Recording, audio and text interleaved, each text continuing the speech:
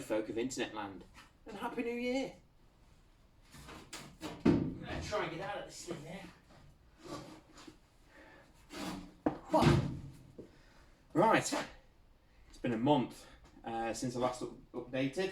Obviously Christmas has been and gone, we've all got a bit bigger, these seem to be a bit tighter. I've just been in the wash, so I think that's probably what it is. Nothing to do with the food I've been eating. Right, the not so standard 8. As you can see, there are no doors. We sorted the doors last time, we sorted quite a few things last time. But I've started doing a bit of the fill-in, bit of porridge being put on there, and the bits that needed like proper dents and stuff. Some of them being kept to give it that look, but trying to get rid of most of them. I'll show you around the car and things have been happening because quite a lot has actually changed. First thing is we've done a bit of seam sealing on the floor. Now I didn't put those plates in, the previous owner did, as you can see. It's alright, it'll do, because some of it's going to have to be cut for the engine conversion.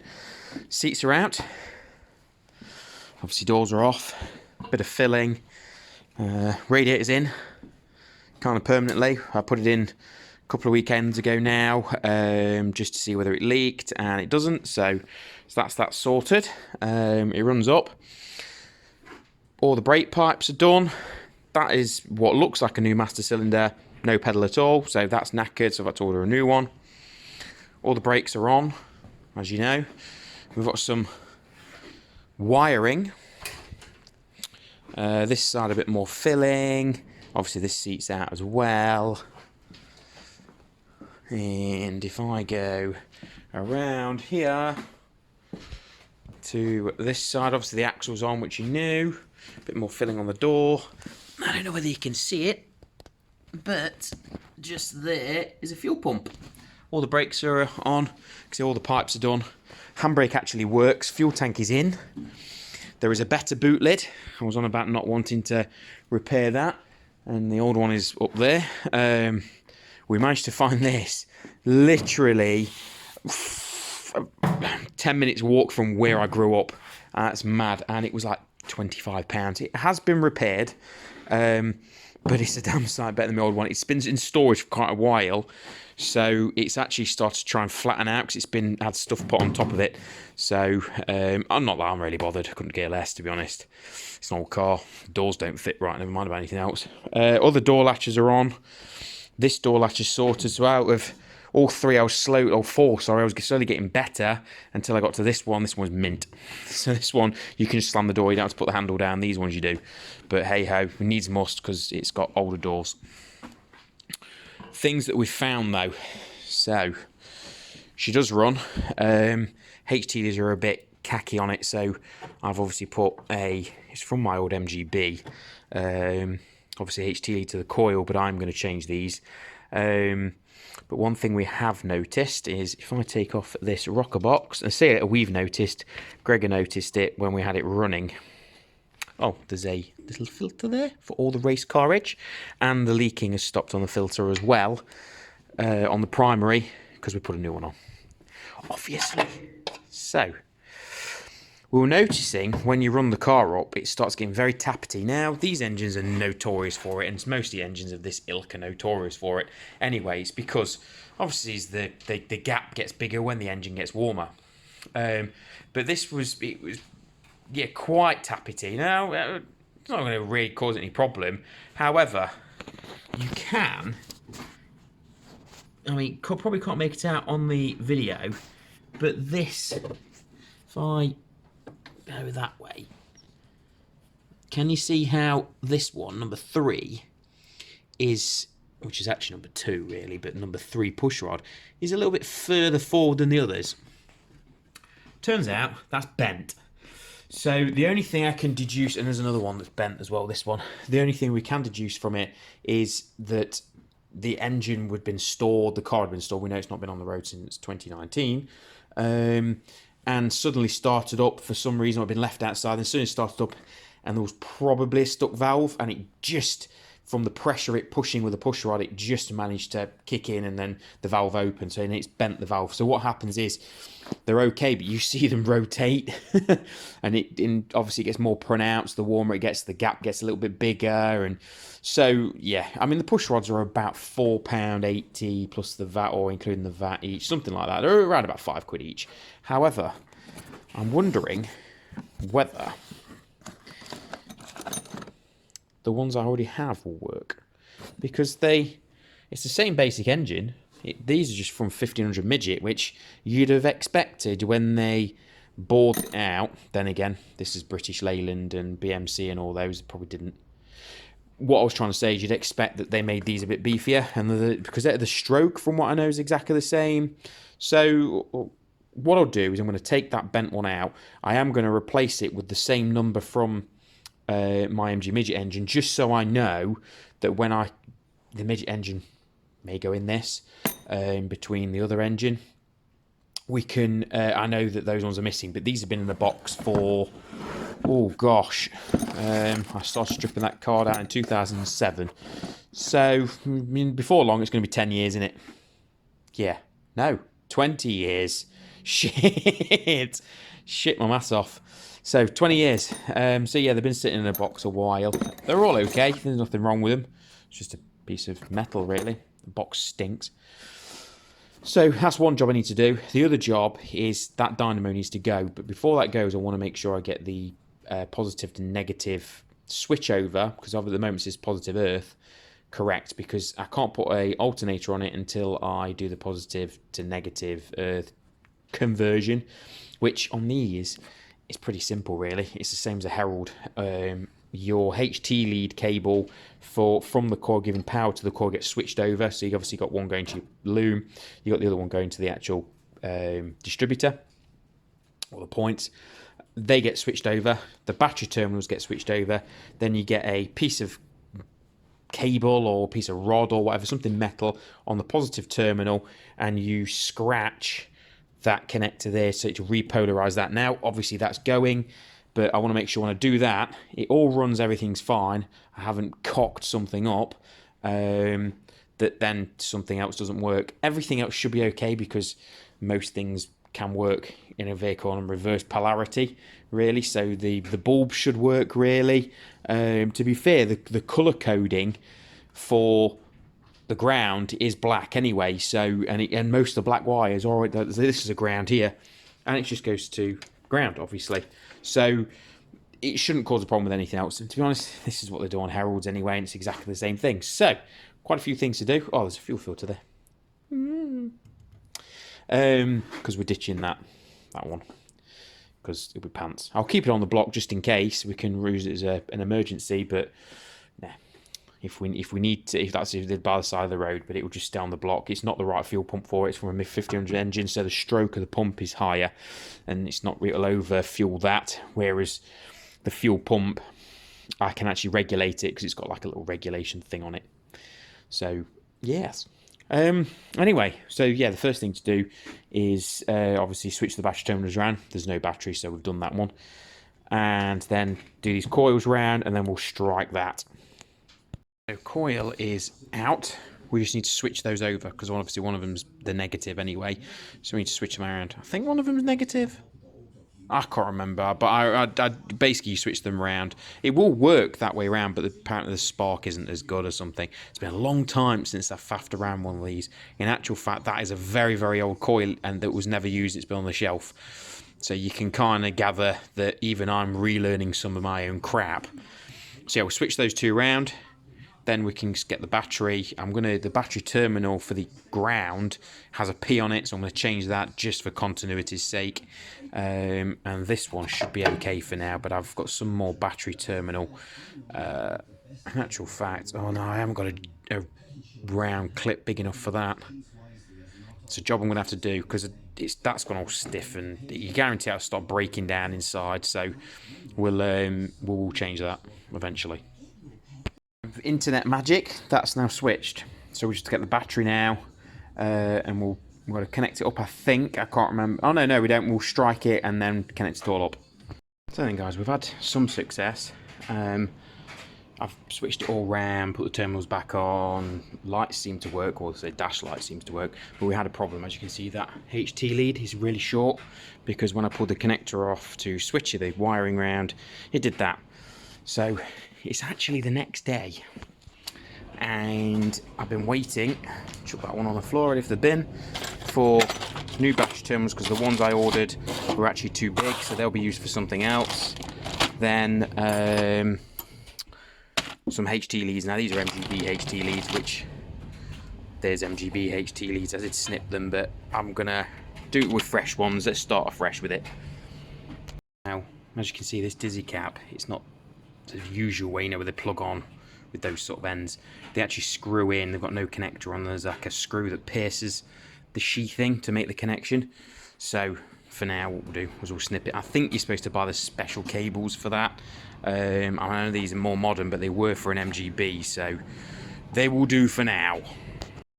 So we've also attached new plug wires. While I'm at it, I'm going to change the plugs. Now I don't have any of the Champion 9Y whatever that this engine is supposed to come with, from what I believe, but I do have a heck of a lot of new old stock BPR 6ESs. Oh, I've got loads of these.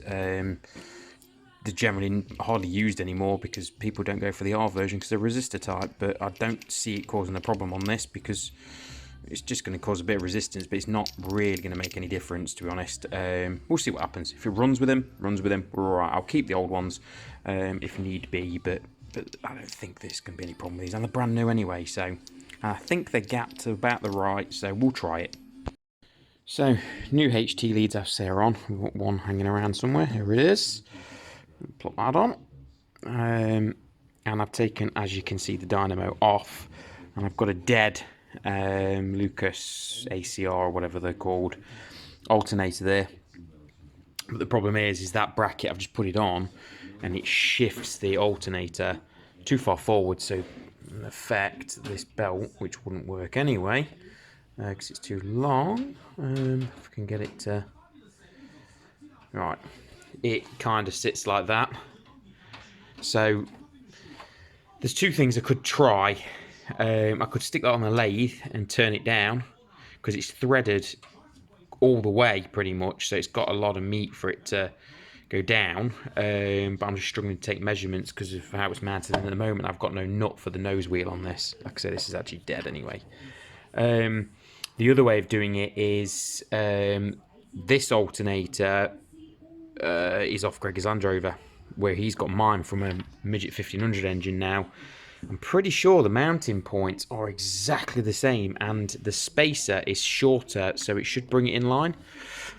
They sell the brackets for like 30 quid, but if I've got one sitting in the workshop, or the other workshop, it kind of makes sense just to use that instead.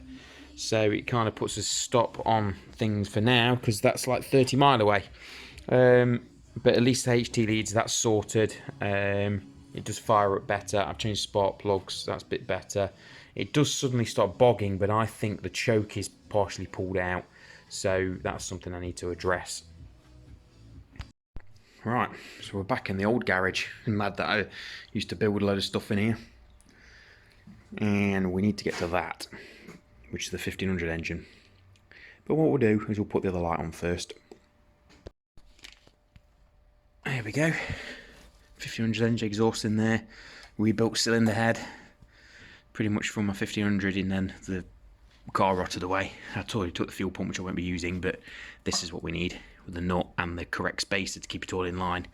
We'll even take the belt, because that belt probably will fit. I'll get a new one, but at least I can get it running on that belt. This engine will eventually go to me, because I'll take the dizzy out of it as well and reuse that. The engine will eventually go in, to be honest, but let's get this puppy undone, which looks about 13 mil. Obviously in Heroes anyway, we've got a spare head and a block for a 1.8 for the BP series, or BP motor, MX5. Even a supercharger there, which is actually knackered. There we go. One bracket, I'll zoom out. One bracket. We'll take the nuts as well, and the bolts. But yeah, I should take this engine home. Right, see you back at the workshop. So if by internet magic we're now back here, and I've got the bracket, and we've got the old one there, so It bolts in exactly the same, really. Strange, yeah, that's different, but I presume... I don't presume. I don't know. I don't know why that is different, but it just is. It must be shorter. But let's get it on, shall we? Let's get it on and then we'll know. So she's going on, and it looks like, if that's... yeah, I mean, it looks kind of in line. I want to tighten it up anyway. I mean, the only problem I've got now is it's really tight against that HT lead, which means I'll probably have to change that one, wherever it is, this one, for a 90. But then I might get away with it. We'll see what happens, I suppose. But it looks like it's going to do it. So there we go. Well, not much change between these engines anyway. Nothing, I don't think.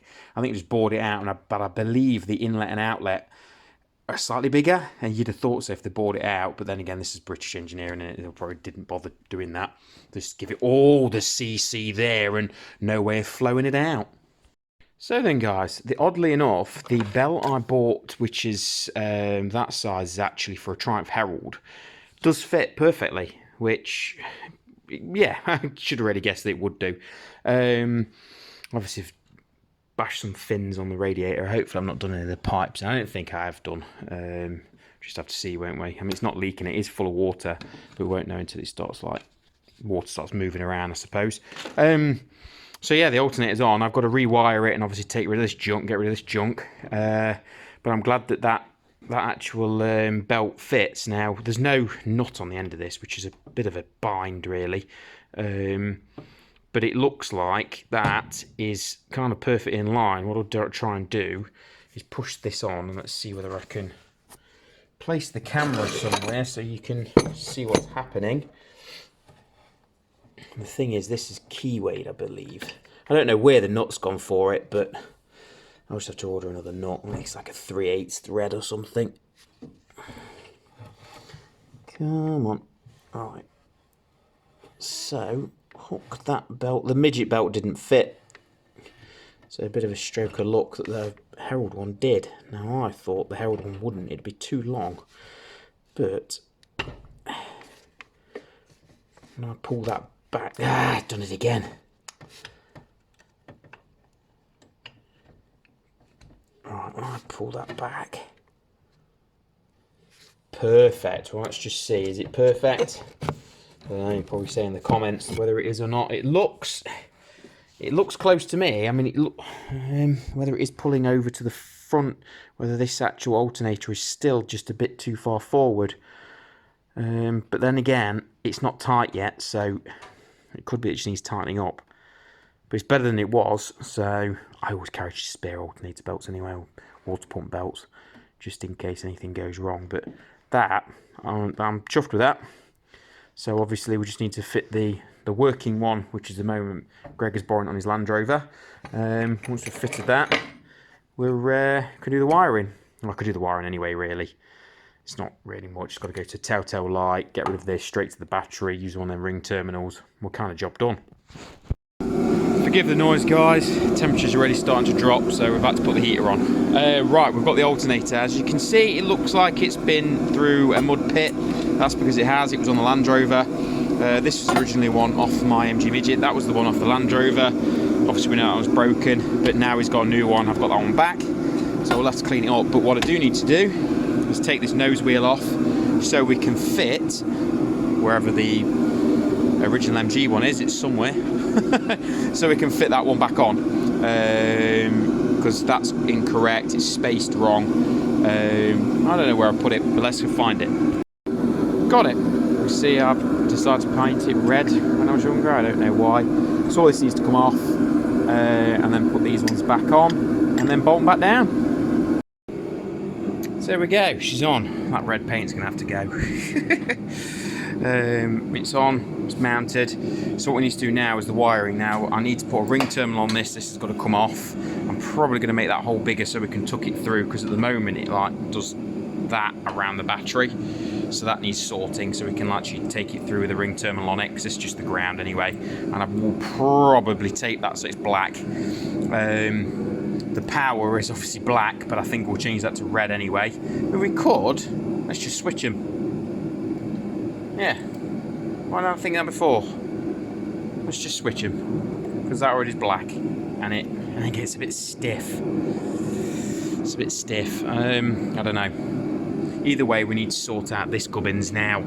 From what I'm aware, this one, yep, I'm right, is the main power feed in, which is this red one here, which is your A, and then A1. These two are jumping together, which I will put the tester on it. If I can get this to focus. I'll tell you what, let's try and stick the light on. Here we go. So, yeah, A, that's the main power feed to the battery and then to the dynamo. Now, what we will do is, this dynamo is a 45 amp from what I know, so we'll put 2. That's what it says we should do, from what I remember, in my old electronics or vehicle electrical stuff. So the next thing to do is the wiring. So we've got 2 terminals here, which are the original cabling. Now that one's the field wire, which would have gone from the back of the dynamo up to probably F on here, and then it would have gone off to the back of the telltale light. So we'll put a new wire anyway, we won't be using that. We've got this main feed here, which comes, obviously that's the starter solenoid, so it's getting direct feed from the battery, and it goes up, and you can see it goes to A. Now this vehicle, I cannot find a fuse box. I don't think it had one, which is ridiculous. So obviously A is feeding the power, well, it's from the battery, then A1 feeds the power to the car, from what I know. I'm going to check, but I'm pretty sure those two are linked. The other ones we're not going to need, the ground we're not going to need, so we can either leave them connect or disconnect them. But I believe, I mean, that one's got 2 going to it, so it could be that this is also taking power, which is not a problem, because what I have got, I want to modernise these things. What I have got is in hither. We can get it open. Well, I'm pulling fuses out, so I'm pretty sure you're going to know what this is.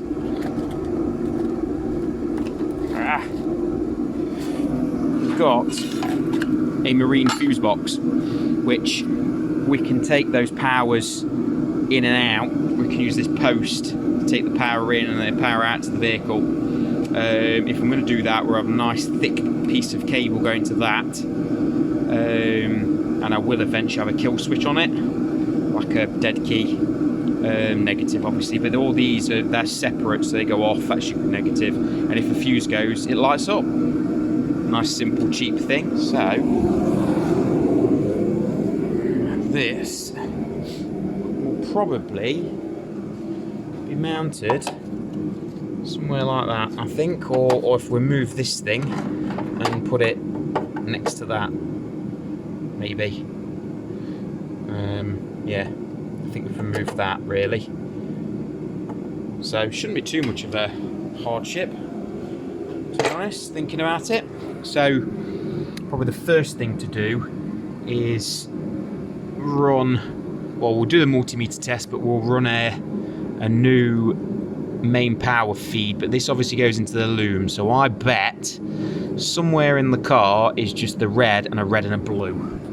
Noise, guys, it's a bit loud in here because of obviously that, but it's keeping me warm. So we've taken off the A1, which we know was pretty much feeding power to the vehicle. There is another one as well, which sorry, not A1, A, which went down to the starter solenoid, which is now going up to our fuse box, but it had a wire that went into the cabin for powering, also spliced off it. So A and A1 had not only had the starter solenoid to power the box, they also went into the cabin. So what I'm going to do is I've cut the loom back a bit. I'm going to put in ring terminals on and putting them on their own spur on each side, so that at least they've got power, but they're also fused, just for safety's sake. Now in theory, the only other one I've got to do is the ground, which I can just reground these, which is the E for Earth.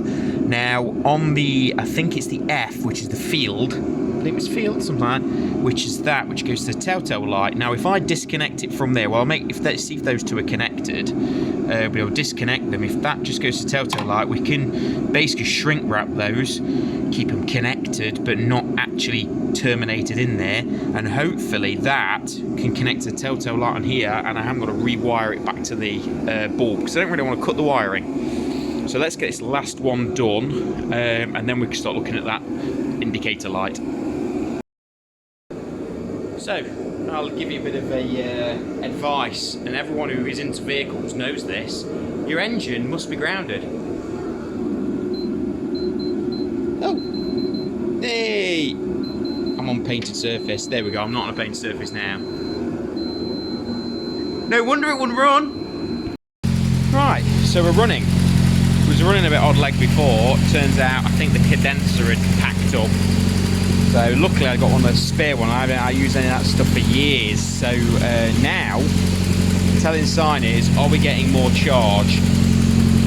So got the trusty old multimeter. I'm hoping, pop that in there. Oh, put it on voltage.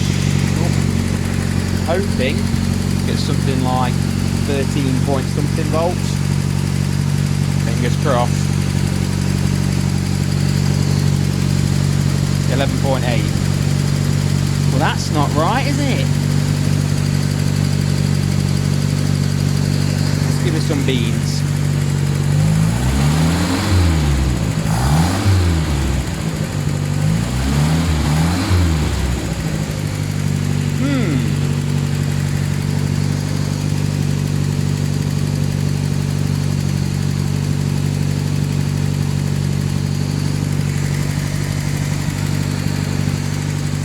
How strange.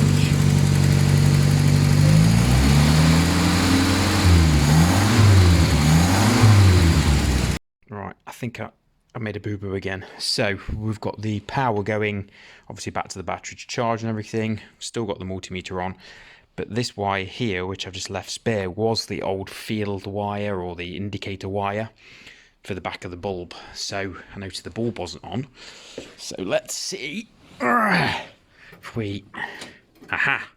Now the bulb's on. Let's try and start up. I need to sort this rod out. Right. And the light's gone out. So. Aha! Perfect.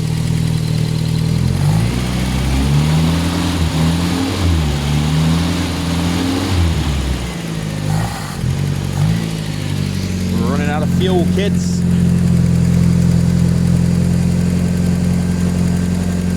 There we go.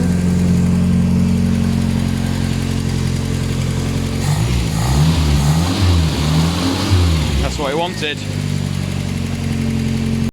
There we go. Right, so I've moved the new ground from the alternator, and it goes underneath here to underneath the coil. I've got the new battery ground going through. Now it's routed better. It's not bolted up yet. I need to take this old ground out, which is the old battery ground. We're about there. The only other thing left to do, but I'm out of solder, is sort out this terminal. We need to make this wire probably a bit shorter and just route it a bit better, because it's tucked here, there and everywhere. And also, what I'm going to do to make this thing look like it's still used, I'm going to shrink wrap the ends of these with a little bit of a tail and put them back in their respective ports, and obviously put the winker unit back.